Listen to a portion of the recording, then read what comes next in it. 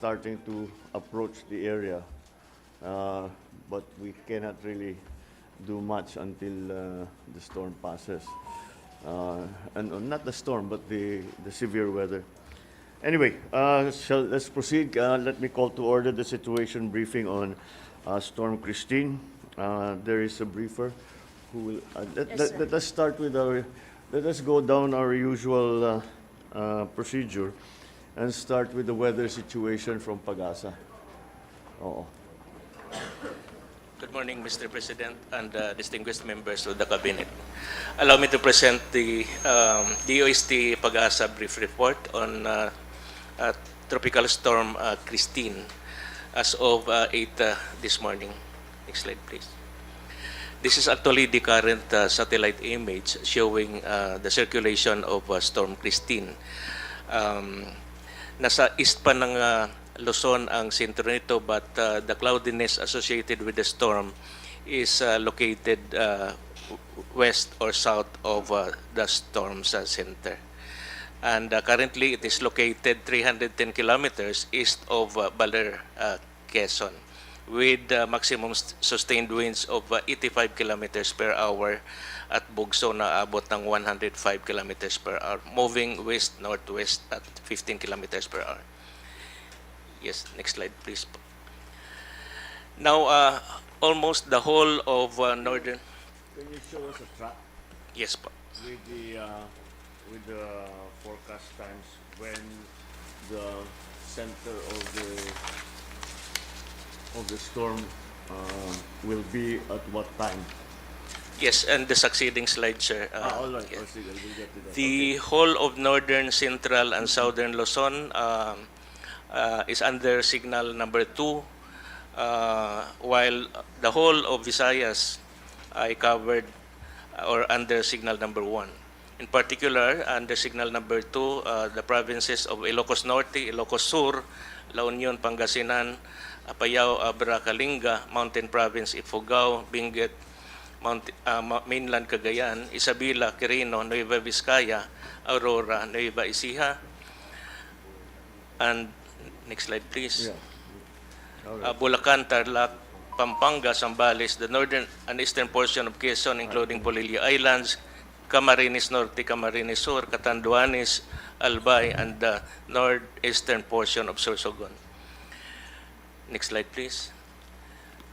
While signal number 1 in the provinces of Batanes, Babuyan Islands, Bataan, Metro Manila, Rizal, Cavite, Laguna, Batangas, the rest of Quezon, Occidental Mindoro, including Lubang Island, Oriental Mindoro, Marindoque, Romblon, Calamian Islands, the rest of Sorsogon, and Masbate, including Ticao and Borias Islands. Yes, sir. You don't have to read out every single. Yes, sir. We have this Yes, yes, sir. information. Sige, let's go. Next slide, please. Okay, this is actually, Mr. President, the track of Tropical Storm Kristine. It is moving westward the next 12 hours and then westward. No? Ito po ay inaasahan na maglandfall sa may Isabela or Northern Aurora mamayang gabi or early morning tomorrow, October 24. Inaasahan ito na mag-exit ng Philippine Area of Responsibility on Friday, October 25. Now, we expect also na the storm will slightly intensify into a severe tropical storm bago po ito maglandfall in the area. And then, upon crossing northern Luzon, nasa natin na mag-weaken slightly. Next slide, please. What to expect in terms of heavy rainfall? Inasa natin today ang intense to torrential rainfall, more than 200 millimeters of rain sa mga lalawigan ng Cagayan, Isabela, Apayao, Aurora, Quezon, Catanduanes, Camarines Norte, and Camarines Sur. While heavy to intense rainfall, the rest of Cagayan Valley, the rest of Caldera Administrative Region, Ilocos Region, Rizal, Albay, and Sorsogon. While moderate to heavy rainfall today, the rest of Central Luzon, Calabarzon, including Metro Manila, Occidental Mindoro, Oriental Mindoro, Marinduque, Romblon, Calamian Islands, Masbate, and Northern Samar. For tomorrow, inasahan natin na napakalakas ng mga pag-ulan sa mga lalawigan ng Pampanga, Pangasinan, Zambales, and La Union. Samantala, heavy to intense rain, the rest of Ilocos region, Car, and Bataan. While moderate to heavy rains tomorrow in Tarlac, Pampanga, Nueva Ecija, Bulacan, Metro Manila, Cavite, Batangas, and Occidental Mindoro. Now, on Friday, we expect a gradual improvement of the weather, but moderate to heavy rains ay maasahan pa rin sa mga lalawigan ng Pangasinan, Zambales, and La Union dahil during this day, in-expect natin na lalabas na po ang bagyong si Kristine. Next slide, please po. In terms of severe winds, dahil sa malawak ang circulation na sakop ng Kristine, even those hindi sakop ng signal, storm wind signal, even in Mindanao, ay nasa natin na makakaranas na malakas na hangin. No? For today, Mimaropa, Visayas, and Mindanao. For tomorrow, ito po yung mga lugar or provinces na makakaranas na malalakas na hangin. And on Friday as well. Next slide, please. Dahil po inasahan natin ang mga lugar na under signal number 2 habang papalapit ang bagyong Kristine sa kalupaan ng Northern and Central Luzon, nasa natin ang storm surge. No? Nagpalabas ang DOST PAGASA ng storm surge warning. Ang orange colored, ito po yung mga dalampasigan na makakaranas ng storm surge na between 2 to 3 meters. Kaya ipinapayuhan natin ang ating mga kababayan living along these coastal areas na maghanda o maging alerto. While yung nakadilaw, ito po yung up to 2 meters wave height dahil sa storm surge. Next slide, please. Now, ito naman po ang status ng ating mga dams. Although generally, mga dams level natin ay safe. But like for example, ang GAT, bagamat umakyat ng 0.34 meters, but ang normal high level niya ay mataas pa. This yes is po. the one we should be keeping an eye on. There are 2 pages to this actually. So far, ang pinakamalapit is Pantabangan to the high level, normal high water level, if I'm not mistaken. Nonetheless, whatever it is, meron pa yata dito. With P80.5. Anyway, we have to watch this carefully because we're just beginning. This is just the start of the rainfall. So yes, we're all right for now, but mukhang inevitable na mag-overflow o magre-release tayo ng tubig. So let's already start thinking about the downstream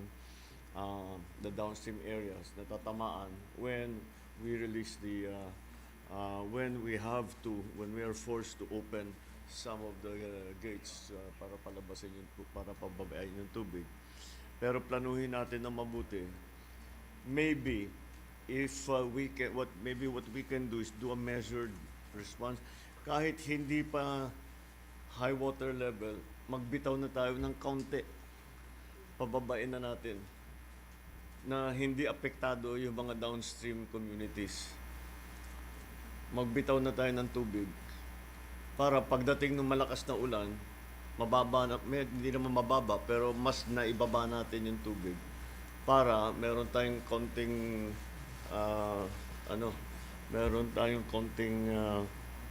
breathing room. Ika nga. We have a little area that to watch na hindi papaabutin natin sa high water. Well, it is the gate open. Wala pa naman so far. Mr. President, Yes. that's continued spillage already. Yeah. For Binga and Yes. Bagan. So let's think about what can the downstream communities tolerate in terms of additional water, and do that, and try to release that amount, just that amount na hindi magkaka-damage, hindi magkakapinsala, hindi mababaha, yung kaya nung actual na outflow. na hindi na abala yung mga downstream communities. In other words, let's try to get the levels as low as we can without affecting the downstream communities bago pa dumating yung malaking ulan.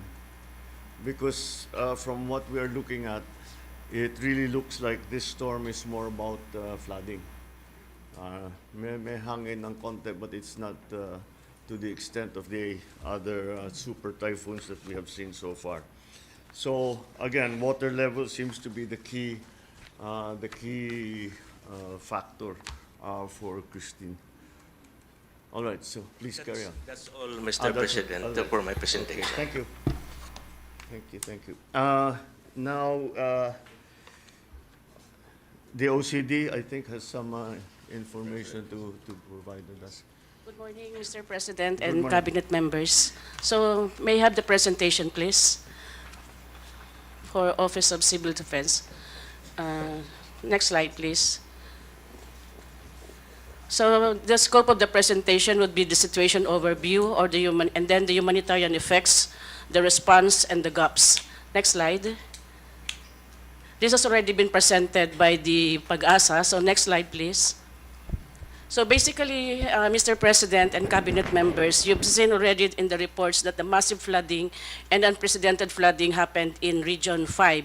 Although, because of the massive or the circulation and the rain band, it also affected other areas. You would see that the darker parts are the severity of the flooding events, specifically in Region 5. And if you would look at it, more than 23,000 more than 150,000 has been affected. Next slide. And in terms of casualties, very minimal as of this point in time. And there was already the suspension of classes and the declaration of state of calamity. Next slide.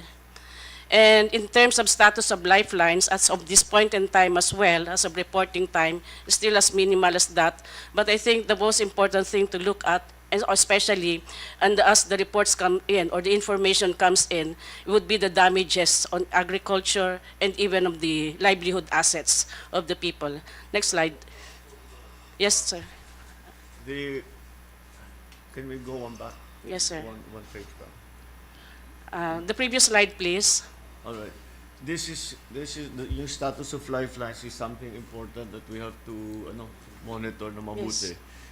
Simply because we are going to have to go into the storm affected areas at some point. So what we have to know for our own people is what are the roads that are possible, what are not, what need to be opened, i-prioritize natin. Kasi as it is already, 93 out of 106 road sections are not passable. Seaports out of 34 in Calabarzon are non-operational. 34 out of 34 are non-operational. 10 out of 10 bridges in Region 5. So talagang it's isolated. The Sir, whole region actually is, to a great extent, is isolated.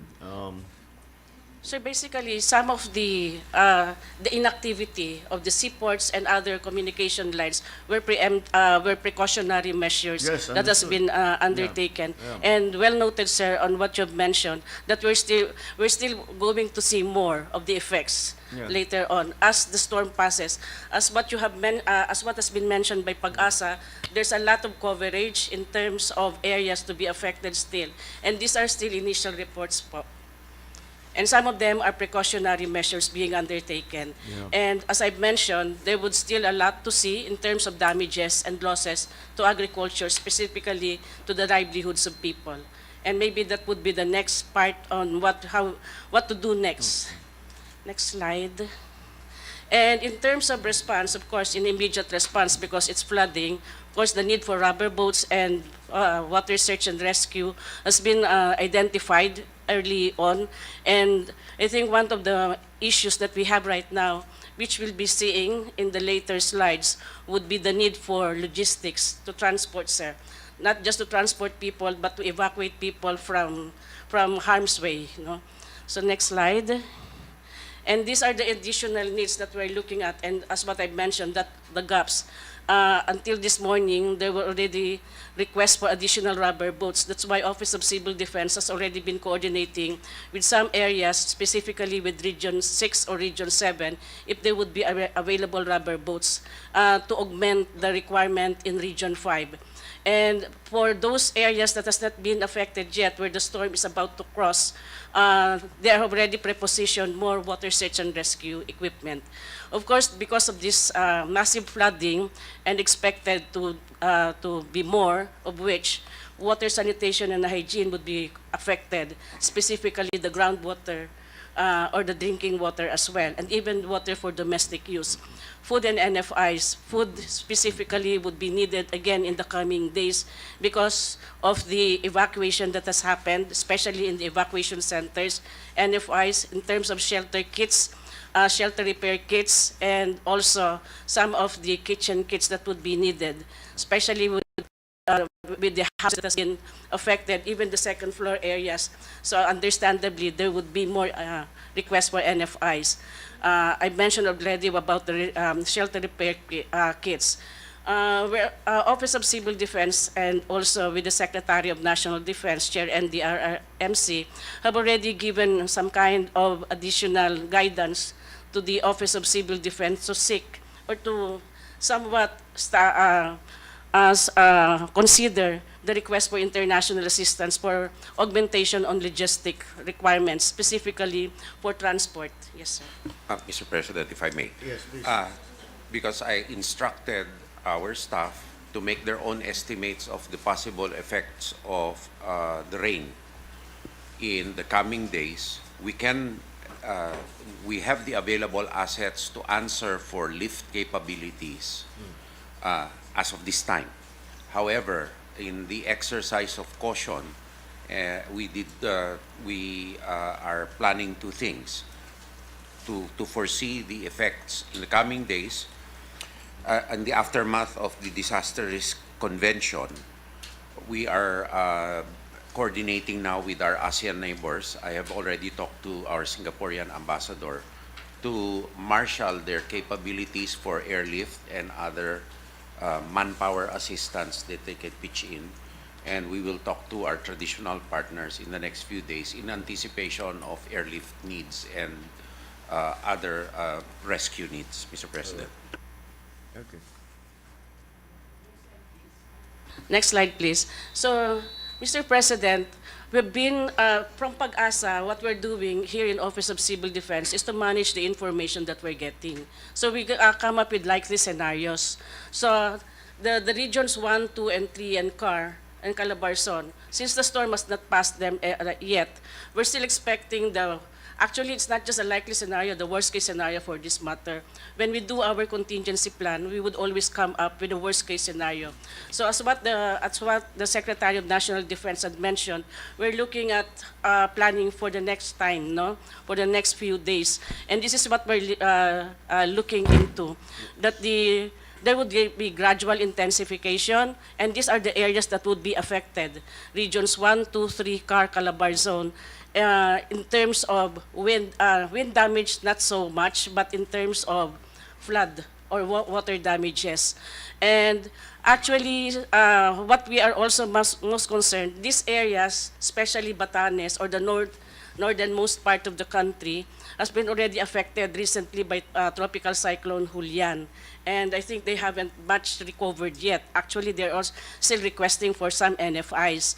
And these are the hazards that we are considering as far as the passage of this tropical cyclone would be in those areas. So, next slide, please. So we are expecting Mr. President, more. if I may, just one. Yes, ma'am. Mr. President, if I may, Yes, please, go the ahead. previous slide. So, Mr. President, what you see there is an image of a combined rainfall and flood and landslide risk analysis from the Mines and Geoscience Bureau of the DNR. So that's barangay scale, sir. So we can actually look at the level of risk All right. And to the what is it? barangay. So we have a listing that we supply to OCD in terms of the potential. Also, that's how it's done. Yes, sir. It's a combined model Alright. for weather, landslide, and flood risk together down to the barangay scale. Yes, sir. All right. So, we can count on this data. so basically, sir, based on all of those information, flood risk, landslide risk, we are able to translate that on the number of most vulnerable people that could be affected wherever. And that is coming from the information coming from the SWD. So we are, the most vulnerable, we're looking at the listahanan as an information coming from the SWD. And this would be the reference for the planning figure for our response. Next slide. And since there was also preparations being done in Batanes, this is an example of a response ex ante. Before a tropical cyclone would come, this is very much Filipino, culturally recognized.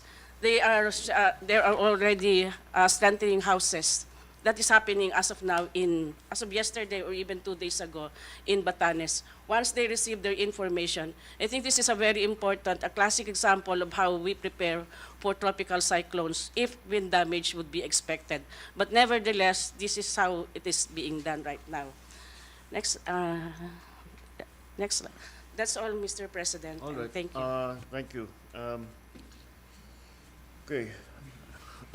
It looks pretty clear that this one is more about the volume of water that's going to be dropped in the areas. And unfortunately, I think it would be prudent to consider that we are only beginning. This is just the beginning. Now we're experiencing the same phenomenon that I have been commenting on all of us have been noticing. Ang bilis mag-develop ng bagyo.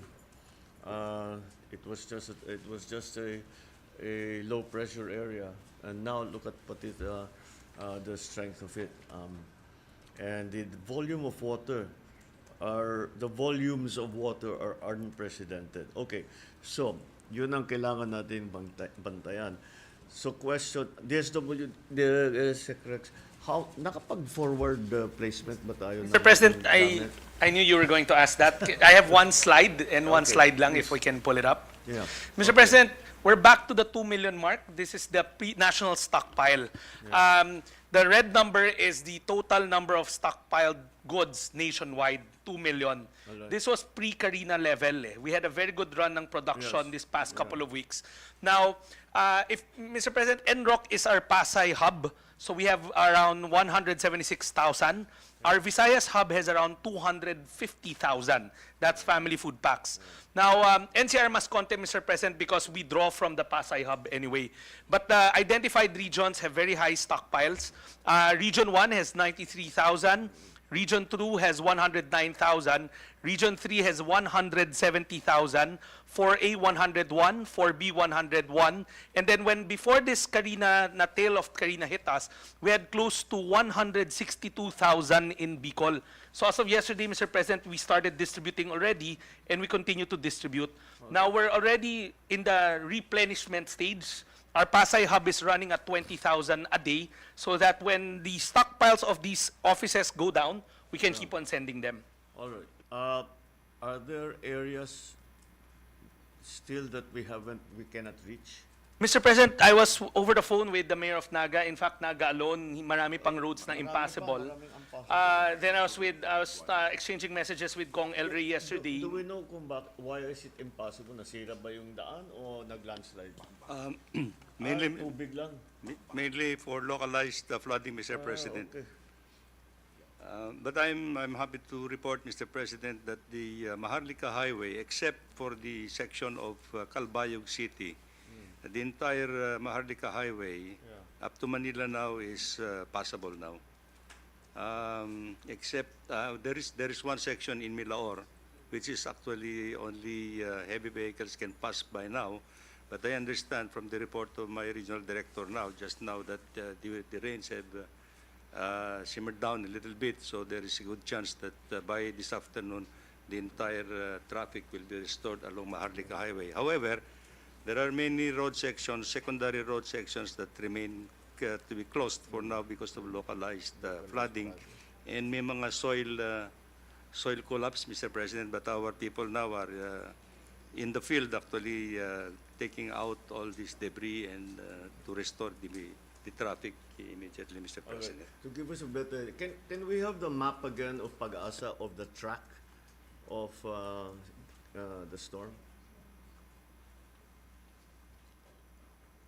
I think this is going to be our best guide on what. Can I have the map? Can we have the map that you put up earlier? It is the PAGASA map of. There you go. Okay, so this is what we can expect by Wednesday. By 5 p.m. today, it will be off the eastern coast. It will not. The center of the storm will not have landed yet.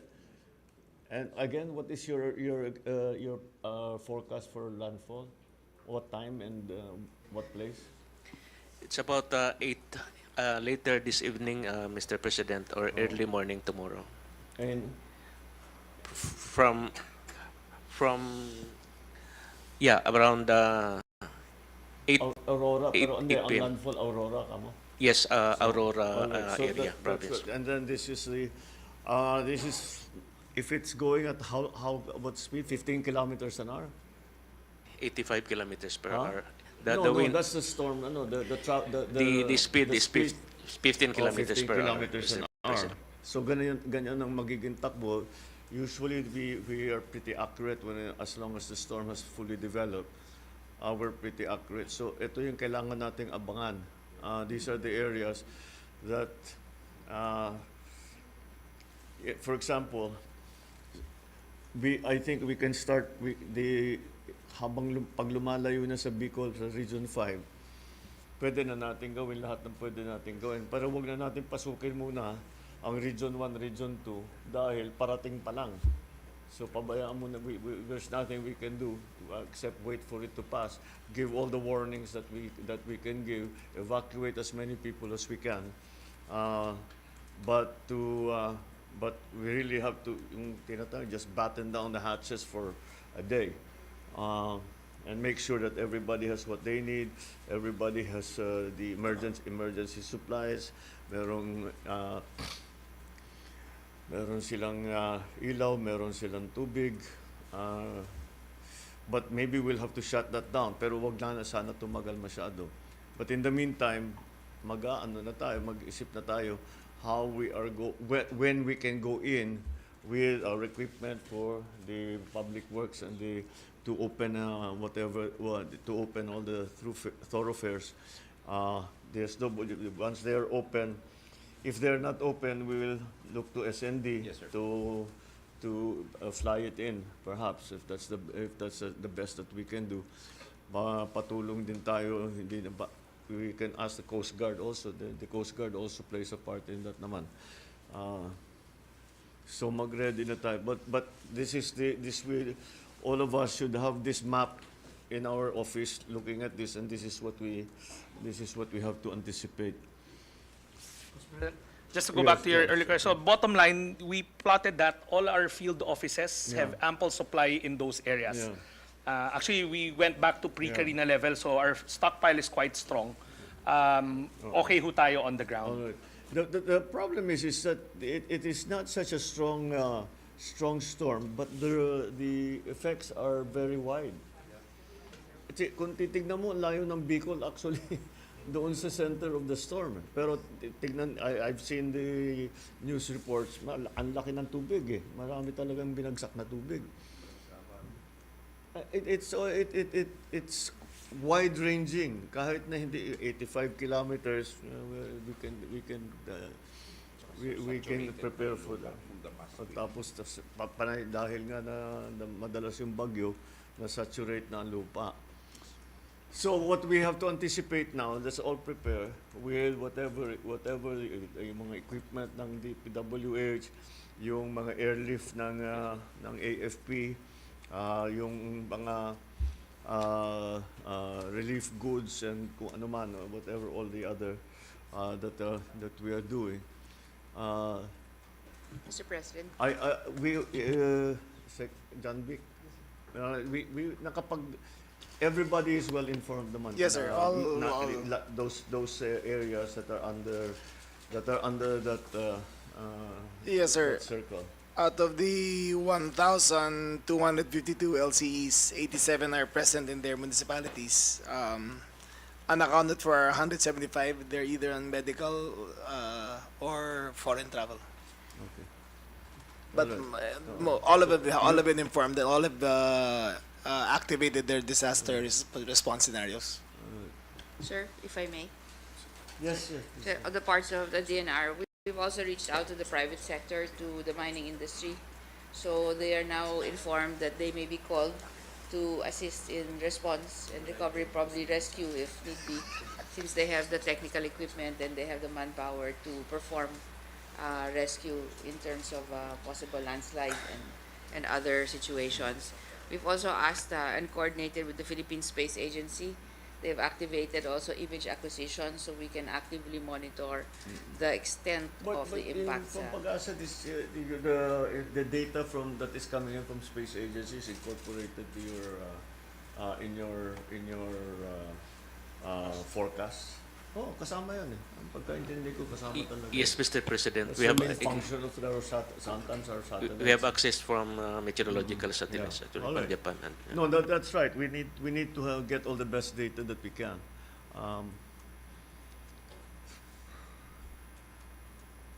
Well, I think we're reasonably well prepared. The power is going to go out, whatever we do.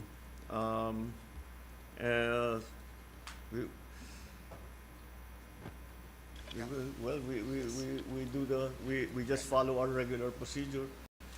We take down the power when it is not safe. Yes, Mr. President. To keep the cables energized. Yes. Mr. President, come back. we have 16 electric cooperatives which are partially out of power. 4 are completely without power, including Sorsogon, Biliran, and as far down as Siargao. So, Yes, I know. I was surprised to Right. hear. So NEA is already coordinating and so far as rehabilitating the ones in the Bicol region. 69 kV lines have been affected also in a number of areas. So NGCP, as you said, will be coming in as the weather situation improves. Yes. Well, again, we turn the power off precisely to keep it safe, and then go back and take a look at the damage, see how we can repair it. There's sometimes a tendency in these areas because we say bring the power back immediately, So jerry-rigged lang yung mga ginagawa nila, but then it becomes permanent, and that makes the the system frail, not robust. I don't know how we get around that because talagang there's a very, very strong demand. Balik na yung kuryente kaagad, as quickly as possible, bilis. So kung ano-ano na lang ginagawa. That's really that. Kaya yung mga nakikita niyo yung wall na bulbul, yun eh. Oh, dahil nagmamadali. Basta kahit paano, sige, basta ilagay mo dyan. Sige. Huwag short yan, di na bale, basta ilagay mo. Oh, sige, okay na yan. Tapos, dapat babalikan, pero hindi na binabalikan. So we have to be conscious of that so that we make our systems more robust. We take note of that, Mr. President. Yeah. Oo nga. Oo. All right. Well, again, as health, you'll go in as soon as you can. Basically, we can start to go in. I don't know. Depends also on public works and the availability of airlift. But we cannot go in right now. Maybe parts of Bicol, baka maumpisahan na natin. Baka pwede nang lumipad ang helicopter or something like that para makapasok man lang na makapag-report na mabuti kung ano yung sitwasyon. But the point right now is that the storm is actually still off of our coast. It's not yet hasn't made landfall yet. So the worst is yet to come, I'm afraid. So let's all prepare. Let's just all prepare so that the minute that we get the signal that it's okay to go in, we'll all be able to go in. Doesn't mean that signal will be the same for everyone. Of course, the airlift will go in first, and then once the public works has been able to open at least the main thoroughfares, then everything else will go in. Health will go in, the relief goods will go in, and wala tayong magagawa if we just. I'm feeling a little helpless here because we cannot. All we can do is sit tight, wait, hope, pray that there's not too much damage, that there are no casualties, and then go in as soon and as quickly as possible with as much as we can to alleviate the effects to, especially first to the population, and then afterwards we will take care of all the other infrastructure, the power, the roads. Let's watch again those dams, because we don't want the situation that happened in the Cagayan Valley. We're just released without telling anyone, and there was no plan. And we all remember what happened there. So iwasan natin yun. But let's anticipate, let's be proactive about it. Let's not wait for the levels to reach the maximum. Kung kaya, mag-release na tayo ng kahit kaunti lang para hindi biglaan na makapag-release, para hindi mag-overflow. So let's think in those terms that we'll plan ahead. All the dams that we think will be affected, let's think about already releasing some water, so that when the real water comes, it will be not as bad. Yeah. What else? What have we missed?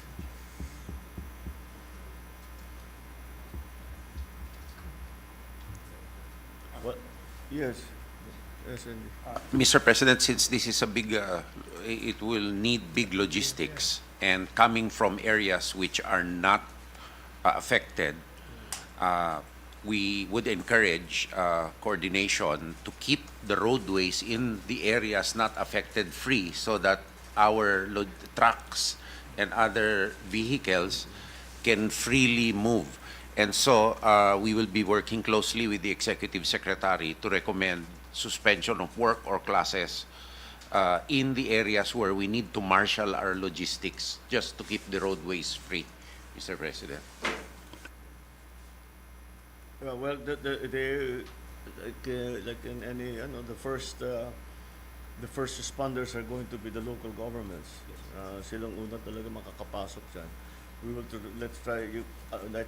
Let's be sure that kung meron talagang request for assistance, that we will try and give them the assistance. Kasi meron talagang mga bagay, meron talagang mga problema na hindi kaya ng local government o kulang ang local government. They need more.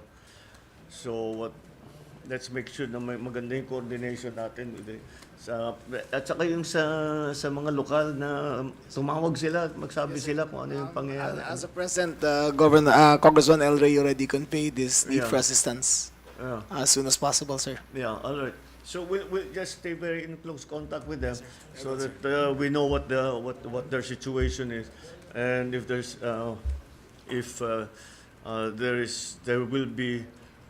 they have an emergency request for augmentation of some kind, diba? Para maka-respond kaagad ang national. Mr. President. Yes, Secretary. Well, Mr. President, I think for clearing of roads, we're happy to report also that there is no bridge that collapsed actually. Okay. So I think as soon as the water subsides in the locally flooded areas, our response teams will now be able to enter into clearing all the debris and like fallen trees and other materials inside. As soon as we are able to clear all the national secondary roads, we will coordinate also with the local governments where they would need actually the assistance of the department for clearing out the roads inside the local roads, Mr. President. All right. The other thing is there was how do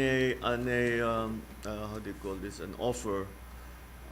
Again, rather a communication from MMDA for the water purifiers. Rex? Yeah, yung water purifier. Kasi wala si Benhar. Sir, yung balde ho. Well, there's that.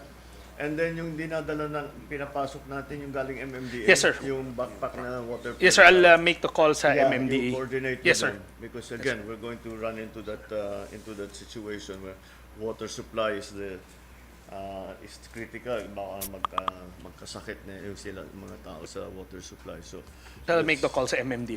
yeah, you coordinate with them so that where we immediately need it, and then we can do again the balde. Yes, sir. We're sending na rin, Yeah. sir. How many do we send? I don't know if it's the same as in the time in Yolanda, but in the time of Yolanda, when we brought those the filtration system in, that was good for 100 people per day. Sir, it's almost the same kasi ang ginagawa niya per evacuation center. So they cluster, let's say, 3 rooms, depending on how many are inside a room. The one I showed you was parang 100. Yun. Same That na looks same, the sir. same as the Yes. one that we had Yes, sir. in It's still the Yolanda. same. So we're sending it over there, sir.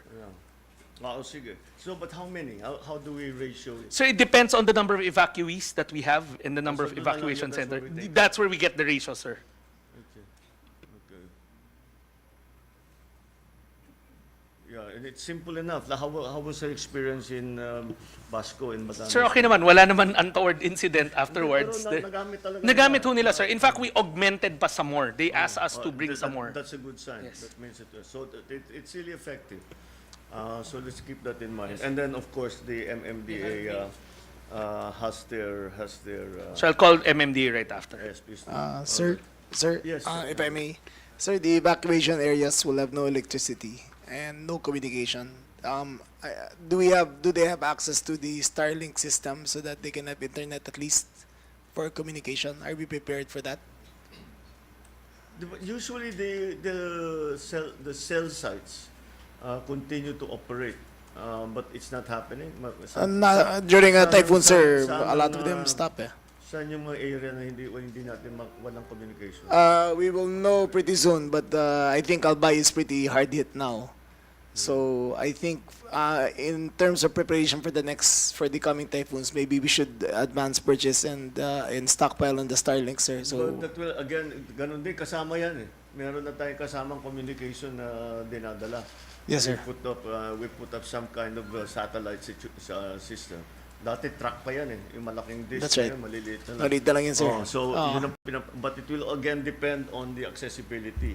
So maybe on the first airlifts, we can include kahit yung basic lang na communication system. Yes, sir. Kasi pagkaalam ko, ang mga cell site, mabilis bumalik because they have their own power. They have their own power supply. And they're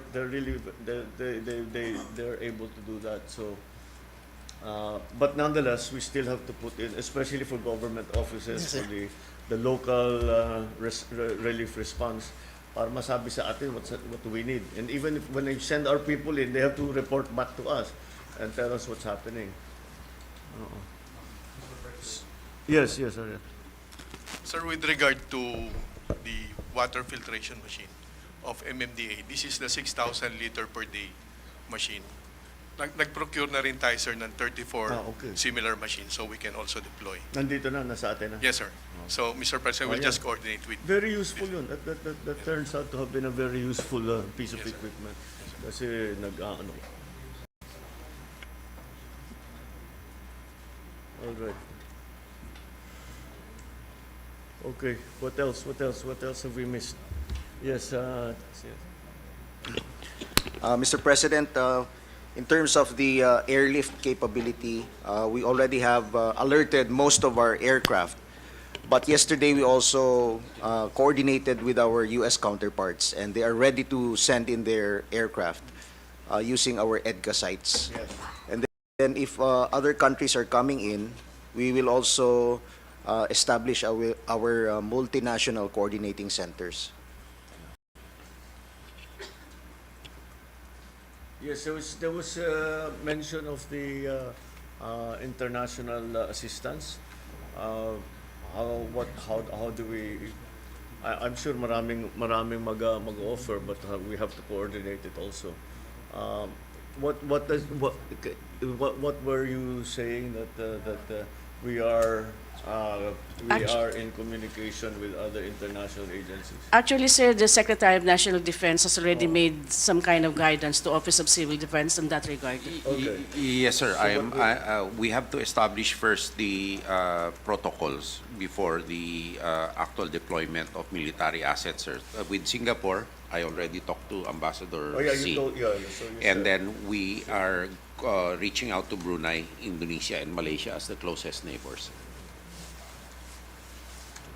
In addition to the partner nations. Well, this is where we make full use of the ADCA sites, well, especially for the activities ng AFP, pag airlift. And, all right. Okay.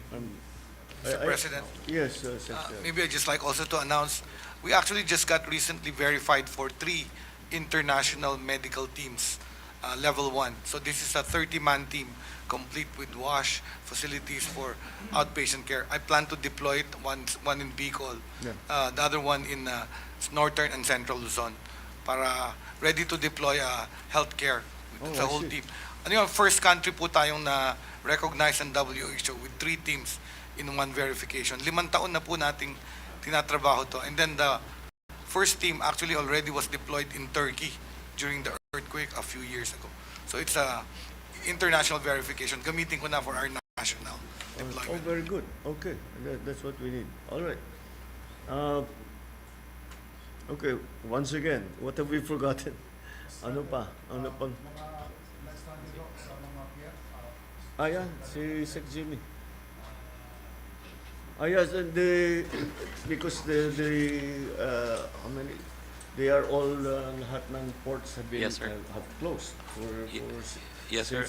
for safety reasons. There were 5,329 stranded passengers. Yeah, I Mr. was looking at that. I was watching the news earlier today. Yung mga stranded na passengers, ang problema ng PPA, hindi nila mabigyan ng relief Yes, dahil sir. wala naman sila pagbigay. Yes, sir. In fact, the person that was being interviewed said, baka kung gawin namin yung makuha kami. So, Yes, sir. should DSWD should Operate, sir. do this. So we Kasi do, wala naman sa brief ng PPA na magbigay ng release. Yes, sir, actually, Papalugaw na lang daw sila. Yes, sir. sir, sa standard operating procedure, even in Bicol Port yesterday, in Macnog, we were there.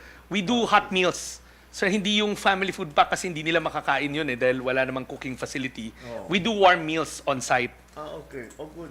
Because marami yung stranded eh. There were 5,329 stranded passengers, sir, in different ports, plus 994 vehicles that should take the Roro, so they cannot sail because of this typhoon. No? All right. Yeah. But the ports are shut down because of the weather. So we have no forecast when they can operate again. Non-operational lahat doon sa area.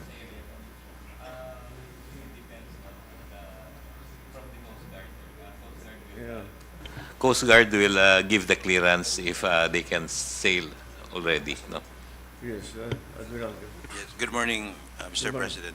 As soon as the area is cleared from the weather signal, we will lift the suspension of sea travel. But in the meantime, along the path, no sail po. Yeah, is being better safe than sorry. But nonetheless, Mr. President, there are some ports in Bicol which can be accessed just in case po na there's a need for us to bring in supplies. The port of Pasacao can be accessed by smaller ships. And we are actually preparing 3 ships now to assist OCD or this WD in case they need our help. Sir, if I may, I just got a call from Congressman El Rey. Out of 600 barangays in Naga, 300 are fully submerged. 1,000 fully submerged. unpassable by cars, and they are in urgent need of rubber boats and 6x6 trucks to evacuate people. And it's just beginning, so Well, for them, in Kamsur, medyo, ano Paalis na. medyo Yes, sir. patapos na. Pero So- for the rest of Luzon, yes, it's not yet even quite begun that's yet. right.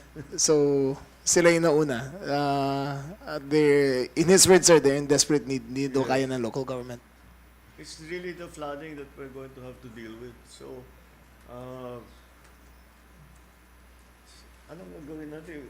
Sir, yung DND siguro ang No, mauna, sir, sir. as we speak, we're pushing forward the additional rubber boats to proceed to the Solcom area, and already give instructions, sir, that we have to source some from Mindanao and the Visayas. J3 is working on it to Marshall already, sir, and if possible, we can even airdrop them in. Actually, nag-withdraw na siya. Okay. Sir, for the same area, the food packs are being withdrawn already. I was also talking to Congressman El Rey yesterday.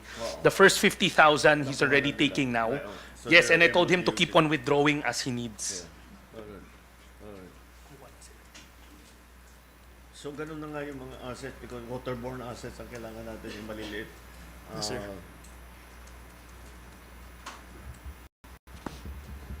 Okay,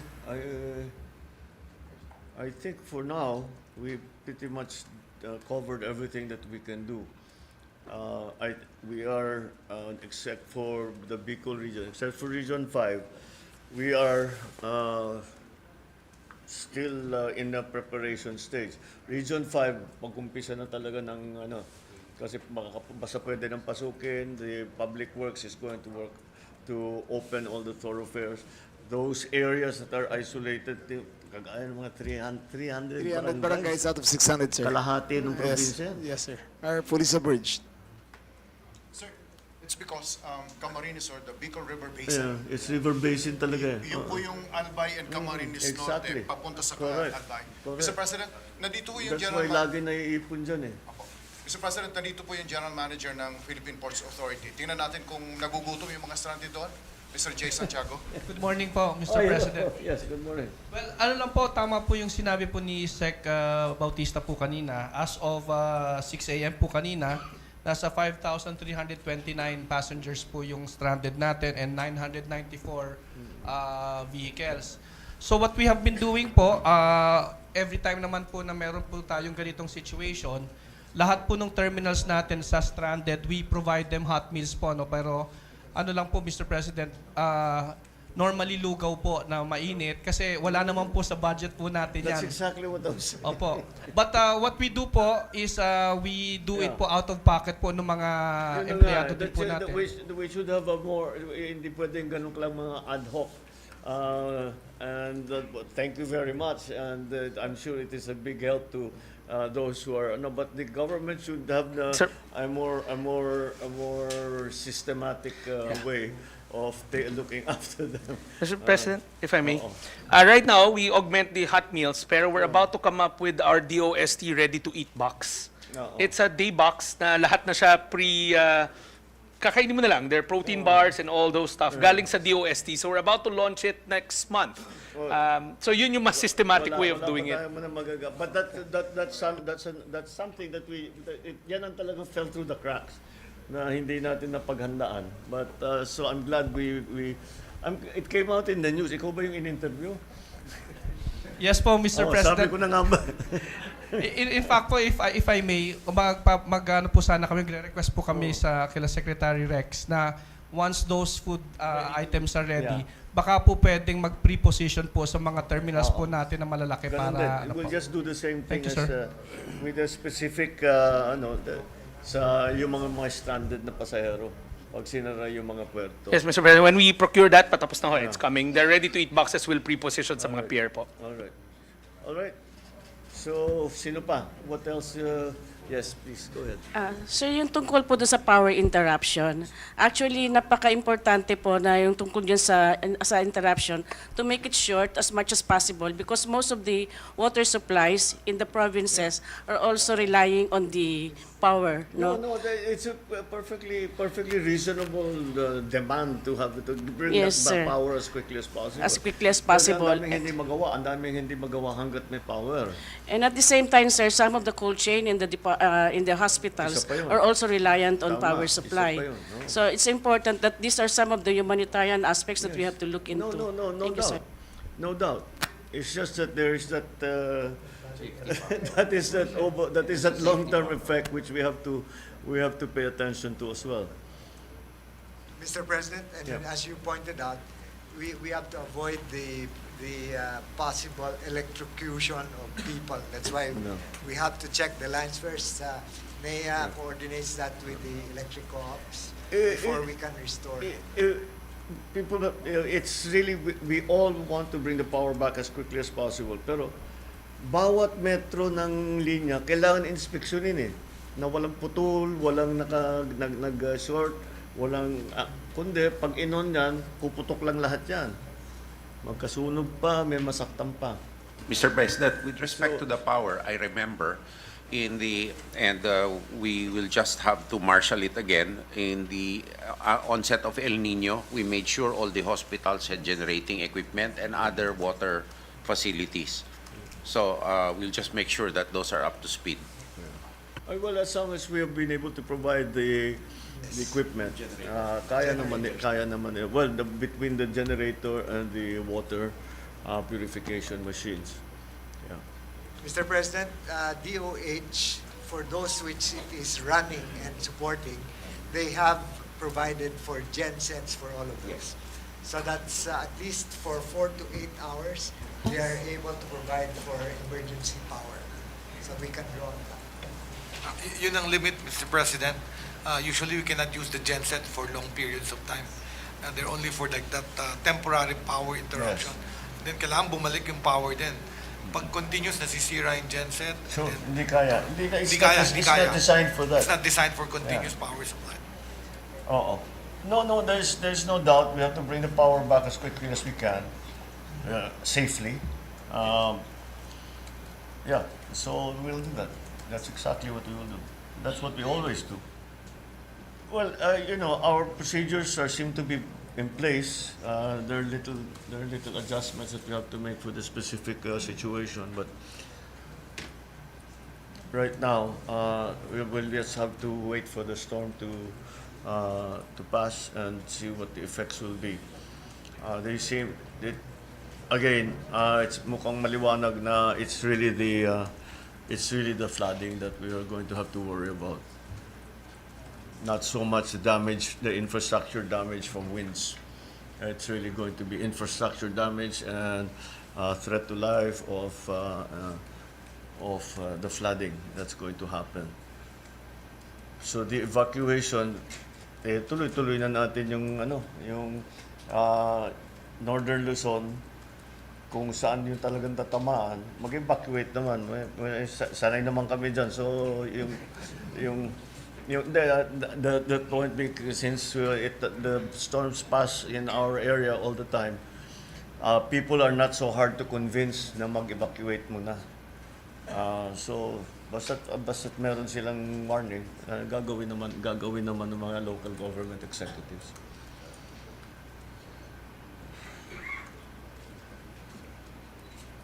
All right, I think we've covered as many things as we possibly can without seeing the final effects of the storm. So, okay, let's go. Let's prepare. Everybody knows what they need to do. Maraming salamat. Thank you, sir.